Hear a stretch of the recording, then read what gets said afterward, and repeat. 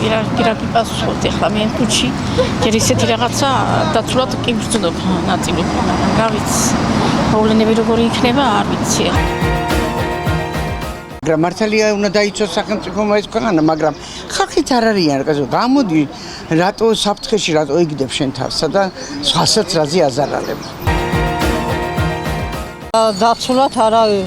დაცული არავინ არ არის მე მგონი მე არაფერი შემხედრია პრინციპში მაგრამ საერთოდ რო გავარესებულია კრიმინოლოგიური მდგომარეობა ქვეყანაში ეს ხალია შედარებით დასულები ვართ რა დასთან შედარებით რაც ადრე იყო და ეხლა რო არის მდგომარეობა